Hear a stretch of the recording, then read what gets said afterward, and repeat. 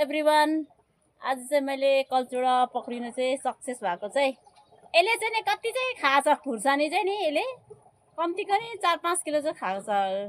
सुकायो खाएको कति बेला हो मान्छे नभएकोलामा के अरे अचानक भित्र पोसेर खाइदिएर मान्छे छपक्क बसेको बेलामा आज चाहिँ पक्रिनु यसलाई चाहिँ सफल भयो, सक्सेस भयो।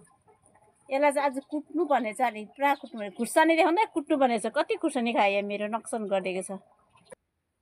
हेर्नुहोस् है, यसले चाहिँ नि खुर्सानी खाएर चाहिँ एकदमै रातो खुर्सानी हक्सा, तर आज चाहिँ कालो हगिरहेको छ है।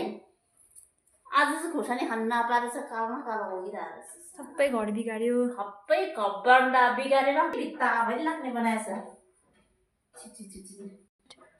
यहाँ बन्डाभरि हगेर यसलाई चाहिँ छोड्नु पर्ने हो कि के गर्नुपर्ने गाइस भन्नुहोस् है। यसलाई चाहिँ के सजाइदिनु पर्ने हो यो राख्योस्। खुर्सानी खाएर हगेको हेर्नुहोस् है। यहाँनिर यसलाई यो सुँगाउनु पर्ने छ। यो खुर्सानी सुँगाउनु खाएको गु सुँगाइदिनुपर्छ। साला खुर्सानी खान नपाएर मुख आ गर्दैछ, पुरा रिस उठेर साला। र खुर्सानी देखाउँदै कुट्नुपर्छ। खुर्सानी देखाउँदै हो चप्लीको नि खुर्सानी खानु बल्केको छ कि यो खुर्सानी खानु। हेर्नुहोस् है, खुर्सानी खान्छ है यसले। यो खुर्सानी चाहिँ ठिकै छ।